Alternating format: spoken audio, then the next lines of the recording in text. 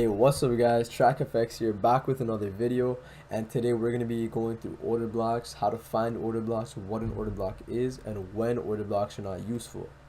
Now, firstly, before we do get into this video, I just want to simply say I'm not your financial advisor. I'm not giving out any financial advice. I'm simply just giving out information, public knowledge that could be found on the internet. I'm not telling you to invest anything. Everything you do it at your own risk. Now that we got that aside, I'm going to get into what an order block is before we actually get into some real life examples. So an order block is initially when, so let's say the market is selling off, right? It's in a downtrend market or uptrend, doesn't matter, but let's say we're in a downtrend market right now, right? And then out of nowhere, we just have this significant pump in price where we have an impulse move towards the upside, breaking multiple lower highs. Doesn't have to be multiple, but the more the better. So we're breaking lower highs. Now, the last down candle, the last bearish candle before that huge push towards the upside is considered as your order block, specifically because that last down candle is where the sell side order stopped, and that's when the bank started pumping money in pumping buy orders to move the market up. Now, if that's a little bit confusing to the people, right? Well, I don't really like to confuse people. I think simplicity is the most key to trading. So if that's a little bit confusing, what you could say is, okay, so the market was selling off, and then out of nowhere it just had a huge pump in price, right? And you don't need to know exactly why, but it had a huge pump in price. Now, what you need to know now, which is crucial, is highlighting the last down candle, the entire of the last down candle, right, as a zone like we did over here, and expecting the market to retest it, right, retest that level. And this is called mitigation. Now, mitigation is when the banks are closing their previous orders to pump more money into their new orders. So for example, they're closing their sells, right, and then they're retesting this to close their sells to pump more money into buys. But if, like I said, if that's confusing, all you need to know is that they're retesting this level because it's an untested level, and there's a lot of volume in this level. As you can see, it moved up once, so we're assuming it's going to do the same thing again. Now, this same concept that I just used is same thing for sells, buys, everything. But I'm going to show you some real life examples now. So delete this. Getting to the real life example right over here. I was actually recording before my mic wasn't working, so I had to get everything back. But like I said, an order block is basically when out of nowhere there's just a pump in price. As you can see right over here, the market was selling off significantly. Retesting, moved about 90 pips, and then out of nowhere in this area right here, we had a huge push towards the upside.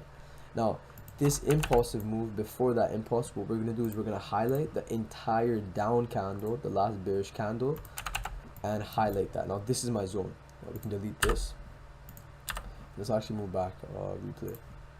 So, like we said, this is our zone. Now, market came, pushed down to the zone, and let's play the next candle, and we see bullishness. Now, what a lot of people end up doing is they end up taking longs right away, right? They end up entering, having a limit right there with their stop loss below. But in my opinion, the problem with this is you don't really know if this order block is going to hold, or if this move right here is just a push up before we continue going lower to test other order blocks. So this is why, instead of entering right away blindly, you should, go on the smaller time frames. And like I said in my last video, look for the break of structure. Now, let me actually go back right over here. Like I said, look for the break of structure of lower highs. So let's get our confirmation list done. First confirmation, we have market coming in our order block and is reacting pretty nicely. We're seeing bullish pressure. Now, after this long bearish structure being formed, right, this long bearish structure, we can see that there's a change in trend. We can see that the market is forming bullish structure. And now, now our third confirmation is that we broke a previous lower high right over here. Now, after we broke a lower high, what did I say?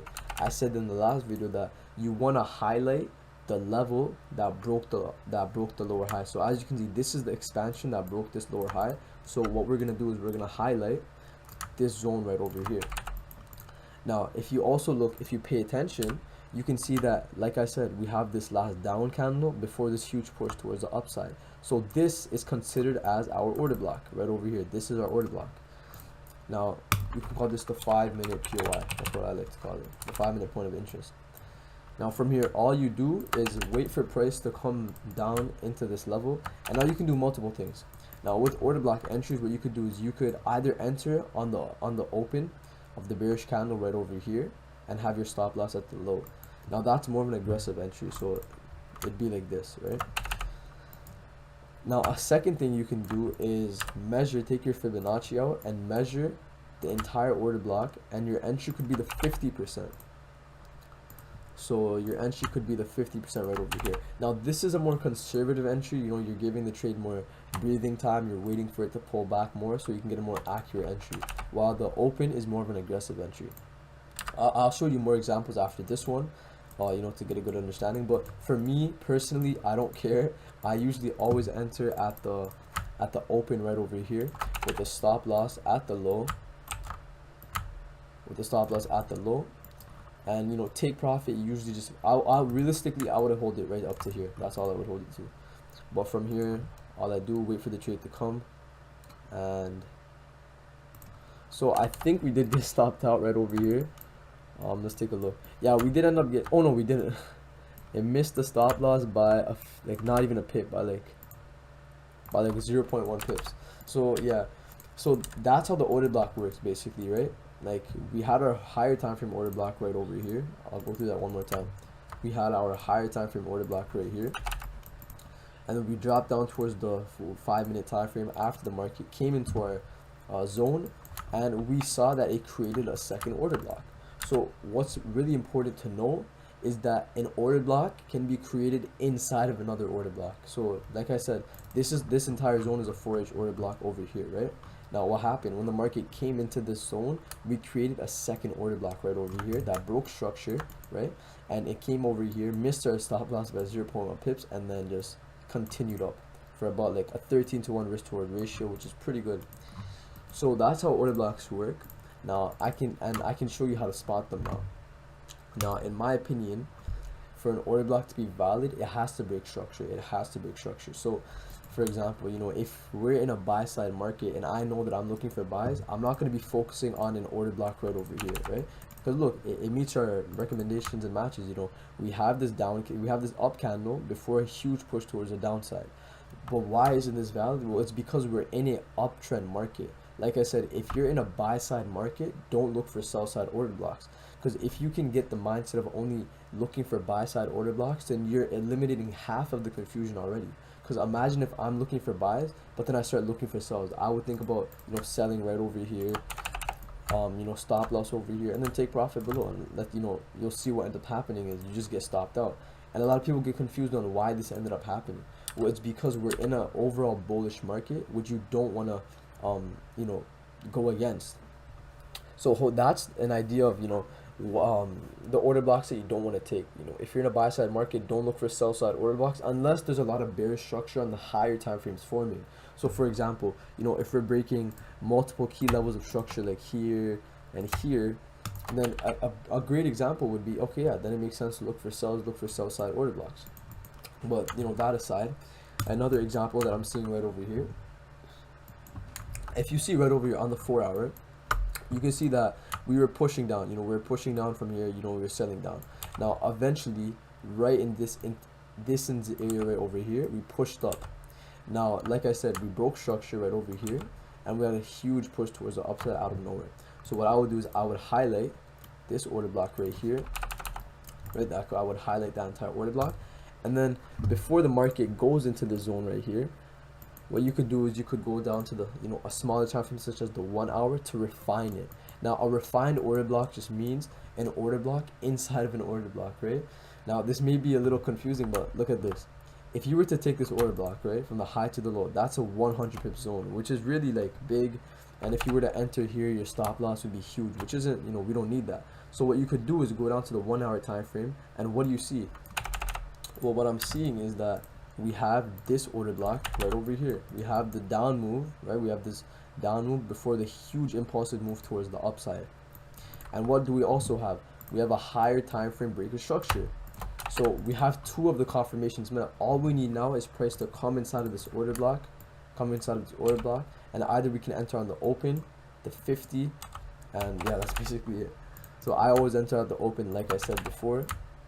Stop loss would go below for about 31 pips. Now this is pretty big, but we are trading on the higher time frames now, so it does make sense. And then your target would be 200, so it's a good 7-to-1 risk to reward ratio. So automatically we do get tapped into the pip, and boom, exactly just hit T. Oh, not yet. But yeah, basically hit take profit right over here for about 233 pips. So I hope that was a good understanding of order blocks, and like I said before, this is another example of not using the wrong order blocks. Now over here you can see that there's a sell side order block right over here, right? But what did I say? We're in a buy side market. So now the odds of this order block playing are pretty low, but that doesn't mean it won't play out. It just means that it's really low and it won't be in your favor. The odds won't be in your favor. But because we are in a buy side market, it wouldn't make sense for us to look in sells over here, because what could easily happen is the market comes in here, rejects, gives you your confirmation, sells off a bit, keeps you happy, and then boom, takes you out, right? And that's what happens to a lot of people, and it happened to me. And this is why I stress that don't use order blocks that go against your initial bias. The most important thing is sticking to your bias, sticking to what your initial bias. So before you enter a trade, ask yourself these questions: am I in a buy side market? Are my confirmations met? Do I have the rules? Psychology, risk management. You want to ask yourself all these questions before you enter the trade. Or things like this could end up happening. You enter over here. You get a nice entry over here. You're probably holding that. A lot of people would hold this all the way down to here, but look what ends up happening. It goes down your way, but then stopped out, just like that, stopped out. So this is why you don't want to use order blocks that go against your way, your trend.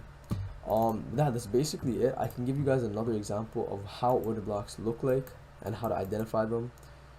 No, this one did not get tapped, but because this is live, I'm not using any pre-examples. I want to make this live as possible, most realistic, so this could take some time. Right over here, now this is an example of a sell side order block working out. So as you can see, we are in a bullish market. We're in a bullish market. Now we broke some structure towards the downside significantly on the 4-hour. We broke this lower high, and that's not a lower, higher low. We broke this higher low, and we broke this higher low. Now this does give you a lot of confirmation that the market could potentially be selling off down for a bit. Now the only reason I would take this order block is because we broke strong 4H structure. So if we take our zone out, you can see that we have this last up candle before the huge down move. All that's left is the market to come inside of our 4H POI. And after it comes into our 4H POI, you guys know the drill. Look for the the rejection, breaker structure, continuation. Markets in our 4H POI go straight to the 5-minute time frame. Alright, and all that's left, you guys know what's left. Just look for the lower high to be broken right over here, and then now you have two order blocks. You can either enter over here. I'm gonna make this a different color, make this a blue entry, or you could enter. Right, if you go towards the 4-minute time frame, you can enter 3 minutes to get. Yeah, you can enter over here. You have 3. Now this one kind of got tested, so I would probably go where the untested level is, which is right over here. Stop loss just over here, and then take profit potentially wherever you would like. I would most likely hold it to here for about 40 pips. If this one does get stopped out, we still have our second level of interest, which is just over here. So as you can see, we have two order blocks now. Now you might ask yourself, which one are the correct order blocks? Well, the thing is, you don't know which one's going to be the right one, because for all you know, this trade doesn't even need to pull back here. It could automatically just continue going down. But this is a game of probability. Which ones, like there's a 50% chance of this one being correct, 50% chance of this one being correct, but you won't really ever know. So this is why it's all about probability. So if we do risk about 1%, right, if we risk about 1% on this one, on this trade right over here, and we get stopped out, well, we still have this trade over here that we could risk another 1%, and that could potentially make back the loss we made over here and even a lot more. But let's see what ends up happening. Okay, so like we said, it didn't need to come back down inside of the order block, but for the people who just entered off of this order block right over here, it played out perfectly. But this is an example of not chasing your trades, right? So this is where psychology comes in, right? You shouldn't really chase the trade that that you missed. Because for all you know, right, if you're chasing this sell all the way back down, and let's say, you see this order block right over here, people are, you might think of selling, but guess what? The market just went up. If it moved from your initial point of interest and didn't tap you in, leave it. There's another day to look for trades, leave it. That's it. That's pretty simple. That's how to find which order blocks you should use, which ones you shouldn't use, how to avoid fake outs and everything. But thank you so much for watching. I hope you guys understood. If you guys have any questions, please leave a comment below and I'll get back to you as soon as possible. Thank you. Have a good day.